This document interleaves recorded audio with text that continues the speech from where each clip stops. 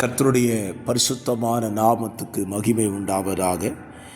ஆசீர்வாதமான ஒரு நல்ல காலவெளியிலேயும் அனுதின மன்னா என்ற வேத தியானத்தை பாளையங்கோட்டை இந்திய தேவ சபையிலிருந்து வழங்குவதில் மிகுந்த சந்தோஷம்.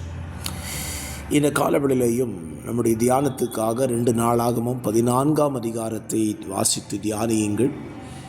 இந்த அதிகாரத்தில் ஆசா ராஜாவை குறித்து எழுதப்பட்டிருக்கிறது. அவனை குறித்து எழுதப்பட்ட 2 வசனங்களை ஞாபகப்படுத்துகிறேன். 1, 2ஆம் வசனம், ஆசா தன் தேவனாகிய கர்த்தரின் பார்வைக்கு நன்மையும் செம்மையுமானதை செய்தான். 2வது வசனம், அவனுடைய ஜெபம் பலனுள்ளவனுக்காகிலும் பலனற்றவனுக்காகிலும் உதவி செய்கிறது உமக்கு லேசான காரியம். இந்த 2 வார்த்தையுமே ஆசாவை சார்ந்தது தான். ஆசா தேவனிடத்தில் உதவிக்காக நம்பிக்கையோடு ஜெபித்த ஒரு ஜெபம். அதற்கு ஆரம்பத்தில் அவன் வார்த்தையை பாருங்கள், தன் தேவனாகிய கர்த்தரின் பார்வைக்கு நன்மையும் செம்மையுமானதை செய்தான். நம்ம வாழ்க்கையில் மனுஷ பார்வைக்கு நன்மையானதை செய்வதை பார்க்கிலும் தெய்வத்தின் பார்வையில் நன்மையும் செம்மையுமானதை நாம் செய்து நாம் ஜெபித்தால் நம்முடைய ஜெபத்தை அவர் கேட்பார். பல நேரங்களிலேயும் மனிதர்களை பிரியப்படுத்துவதற்காக மனுஷருக்கு ஏற்றபடி காரியங்களை செய்ய முற்படுகிறோம். ஆனால் ஆசா சொல்லுவான், அப்படி அல்ல, தெய்வத்துக்கு ஏற்கும்படி நாம் காரியங்களை செய்ய வேண்டும். இன்றைக்கி நம்முடைய வாழ்க்கையை யோசித்து பாருங்கள். நாம் செய்கிற ஒவ்வொரு காரியமும் யாருக்காக செய்கிறோம்?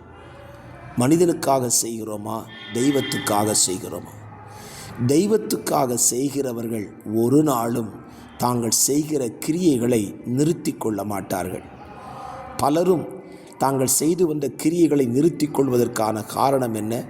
அவர்கள் செய்வதெல்லாம் மனிதனுக்காக செய்தார்கள்.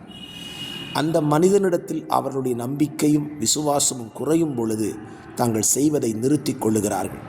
இந்த காலவெளியில் உங்கள் கிரியைகள் எப்படிப்பட்டவைகள் என்பதை யோசித்து பாருங்கள்.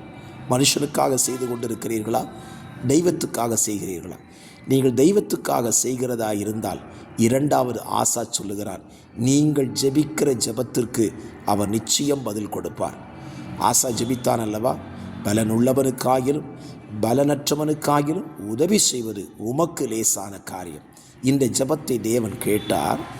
ஆசாவுக்கு அழகான ஒரு பதிலை கொடுக்கிறார்.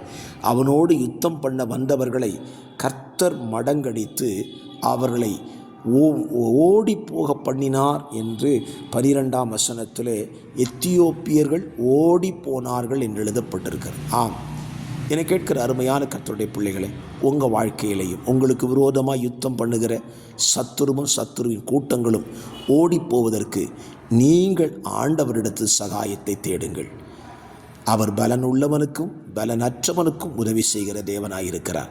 யாருக்கோ ஒருவருக்கு உதவி செய்கிறவர் அல்ல. இன்றைக்கும் பல கிறிஸ்தவர்கள் மத்தியில் இருக்கிற தவறுகள், அவர் ஊழியக்காரருடைய ஜெபத்தை கேட்பார் என்று நினைத்து கொண்டிருக்கிறார்கள். நான் சொல்வேன், யார் ஜெபித்தாலும் அவர் கேட்கிறவர்.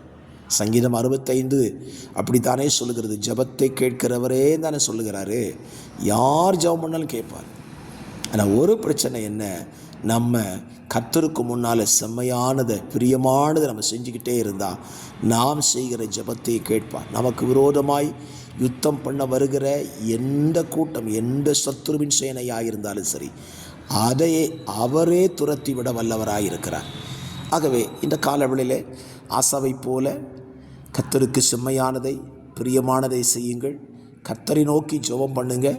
நிச்சயமாக உங்கள் ஜெபத்திற்கு அவர் பதில் கொடுப்பார். நீங்கள் இன்னும் கர்த்தரை நம்ப ஆரம்பித்து விடுவீர்கள். ஜெபிக்கலாமா? பரிசுத்த பிதாவே, இந்த காலவெளியில் சொல்லப்பட்டதான வார்த்தையின்படி ஆசாவை போல கர்த்தரை சார்ந்து கொண்டு கர்த்தரை பற்றி கொண்டு கர்த்தருக்கு செம்மையானதை செய்து கர்த்தரிடத்தில் நற்பெயரை பெற்றுக்கொள்ள எங்களுக்கு உதவி செய்வீராக. வார்த்தையை கேட்கிற நம்முடைய பிள்ளைகளை கர்த்தர் ஆசீர்வதியும்.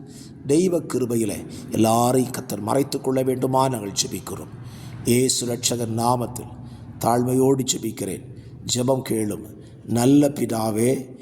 ஆமேன், ஆமேன். கர்த்தர் தாமே உங்களை ஆசீர்வதிப்பாராக.